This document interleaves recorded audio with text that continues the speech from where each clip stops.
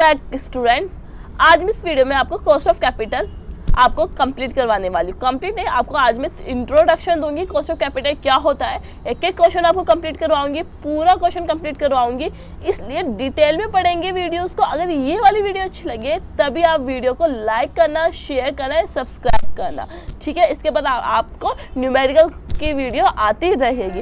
अब आपको मैं बता देती हूँ कॉस्ट ऑफ कैपिटल होता है क्या है।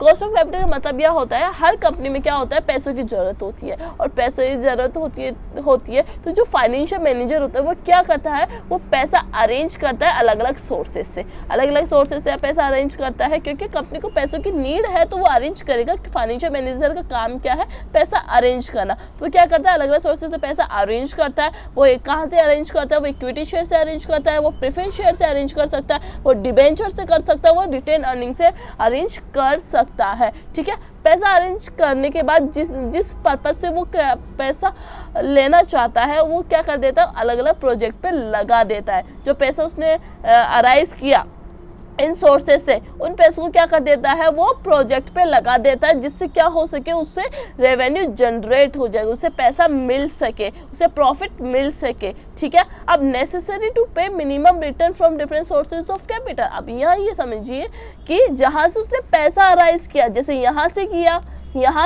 और यहाँ से किया या यहाँ से किया, इन्हें भी क्या देना पड़ेगा, उसे वापस पे करना पड़ेगा।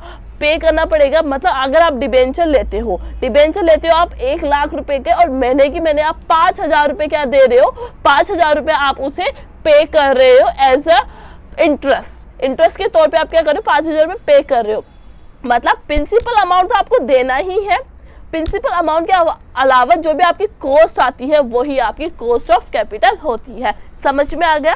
प्रिंसिपल अमाउंट के अलावा और जो कॉस्ट आती है, चाहे वो डिबेंचर पे आए, अगर आप प्रेफरेंस शेयर लेते हो उस पे आए, चाहे से अगर इक्विटी शेयर आए चाहे उस पे आए, रिटेन अर्निंग पे आए, जिस पे भी प्रिंसिपल अमाउंट के अलावा और जो कॉस्ट आती है वो ही क्या होती है, कॉस्ट ऑफ कैपिटल होती है, ठीक है।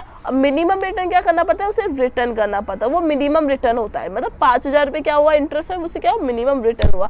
The concept used to determine minimum return को डिटरमाइन करने के लिए जिस कॉन्सेप्ट का यूज में लिया जाता है वही क्या होता है, कॉस्ट ऑफ कैपिटल होता है। आई होप आपको कॉस्ट ऑफ कैपिटल समझ में आ गया होगा। ये आपकी कॉस्ट ऑफ कैपिटल की क्या है, डेफिनेशन है, आपको खुद से रीड करना है, जो भी मैंने अभी समझा है वही है इसमें, ठीक है। अब इसमें क्या है, 5 मेथड है, और आपको मैं बता दूं मोस्ट इम्पोर्टेंट, आप नोट कर लीजिए। जो एग्जाम है Rajasthan university BCom final year को हर साल एक क्वेश्चन अराइज होता है, वो होता है कॉस्ट ऑफ कैपिटल से अराइज होता है। और ये भी बता सकती हूँ मैं, कॉस्ट ऑफ कैपिटल में से किस मेथड से आपका क्वेश्चन आता है। वो क्वेश्चन आता है आपका वेटेड एवरेज मेथड। 100% क्या होता है, इस पे ही क्वेश्चन बनता है। अब आप ये सोचोगे कि आप ये वाला मेथड नहीं करोगे, ये वाला मेथड नहीं करोगे, तो ऐसा नहीं होगा बच्चों, क्योंकि जब आपको ये मेथड आएगा तभी आप इस मेथड को कंप्लीट कर सकते हो। तो आपको सारे मेथड्स आपको पहले पढ़ना पड़ेगा, तभी आप वेटेड एवरेज कॉस्ट वाला मेथड कर सकते हो। तो आपको मैं बता देती हूँ, इम्पोर्टेंट यही है कि एग्जाम में यही क्वेश्चन आता है वेटेड एवरेज का। और जितने भी इलस्ट्रेशंस है, जितने भी क्वेश्चन है आपकी बुक में मोस्ट इंपोर्टेंट, वापस बोल रही हूँ, इलस्ट्रेशन सबसे इंपॉर्टेंट होते हैं हर बुक में, वही क्वेश्चन आपके छपकर आते हैं। तो इस चैप्टर के इलस्ट्रेशन, जो भी वेटेड एवरेज कॉस्ट के जितने भी इलस्ट्रेशन है वो मैं करवाऊंगी भी, और आपको खुद से करना भी है। और आपको मैं बता भी दूंगी कि ये वाला क्वेश्चन पिछली बार आया था, इस बार कौन सा आया था, ये सारे इलस्ट्रेशन में से आते हैं। तो आपको वेटेड एवरेज कॉस्ट वाला मेथड आपको बिल्कुल नहीं छोड़ना है। अब एक क्वेश्चन को समझाने में मेरा टाइम कंज्यूम हो गया है, तो अब मैं आपको जल्दी से बताती हूँ टाइप ऑफ क्वेश्चन आप करोगे,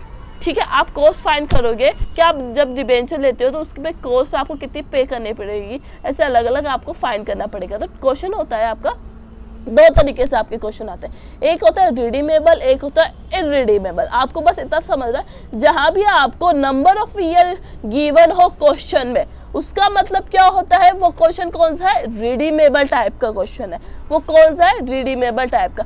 अगर आपका क्वेश्चन में नंबर ऑफ ईयर गिवन नहीं है बच्चों, तो आपको क्या समझना है कि वो क्वेश्चन किस टाइप का है, इरिडीमेबल वाला है। आपको अभी समझ में नहीं आ रहा, जब आप क्वेश्चन करेंगे तब समझ में आएगा ये रिडीमेबल क्या है और इरिडीमेबल क्या है। रिडीमेबल का मतलब क्या है, जब नंबर ऑफ ईयर गिवन हो रिडीमेबल, जब नंबर ऑफ ईयर गिवन नहीं हो इरिडीमेबल होता है। को मैं फॉर्मूलेज बताऊंगी, क्योंकि मैंने आपको मीनिंग बता दिया कोस्ट ऑफ कैपिटल क्या होता है, कौन सा क्वेश्चन आएगा और किस मेथड का आएगा, किस टाइप के क्वेश्चन है, ये सब कुछ मैंने आपको बता दिया। अब मैं आपको फॉर्मूले बताऊंगी, इस वीडियो में पूरे फॉर्मूले बता दूंगी, जिससे क्या होगा, अपन क्वेश्चन करेंगे तो आपको मैं किसी का भी क्वेश्चन कमेंट में यह नहीं आना चाहिए कि मैम ये फॉर्मूला है कौन सा। तो आपको अगर आप मेरी सेकंड वीडियो देख रहे हो तो आप फर्स्ट देखो, अगर फर्स्ट देख रहे हो तो अच्छी बात है, ठीक है। केडी का मतलब क्या होता है, कॉस्ट ऑफ डेब्ट कैपिटल, मतलब आप डिबेंचर ले रहे हो और डिबेंचर पे आपको कितना पे करना पड़ेगा। रिडीमेबल मतलब नंबर ऑफ ईयर गिवन होगा तो आपको ये वाला फॉर्मूला लगाना है, नंबर ऑफ ईयर गिवन नहीं होगा तो आपको ये वाला फॉर्मूला लगाना है। जब क्वेश्चन में बिफोर टैक्स पूछे तब फॉर्मूला लगाना है, और आफ्टर टैक्स पूछे तो ये वाला फॉर्मूला आपको लगाना है, ठीक है। आप इससे भी कर सकते हो और इससे भी क्वेश्चन कर सकते हो। ये है केडी का फॉर्मूला। अब है आपका केपी। केपी मतलब cost of preference share capital.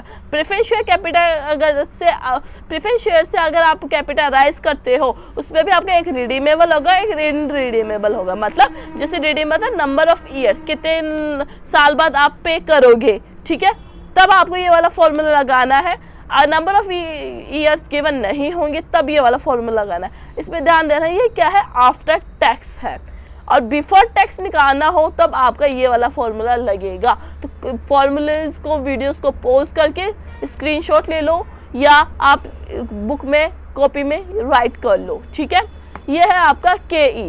केई का मतलब होता है equity share. Equity share issue करते हो आप, ठीक है, तो आपको कितना पे करना पड़ेगा। या इसका 3 मेथड है, एक डिविडेंड यील्ड मेथड, ईपीएस मतलब earning yield method, dividend yield and growth method. इस क्वेश्चन का अगर क्वेश्चन में ग्रोथ गिवन है तो आपको ये वाला फॉर्मूला लगाना है। अगर क्वेश्चन में आपको अर्निंग पर शेयर गिवन है तब ये वाला फॉर्मूला लगाना है। अगर क्वेश्चन में आपको डीपीएस गिवन है तो आपको ये वाला फॉर्मूला लगाना है, ठीक है।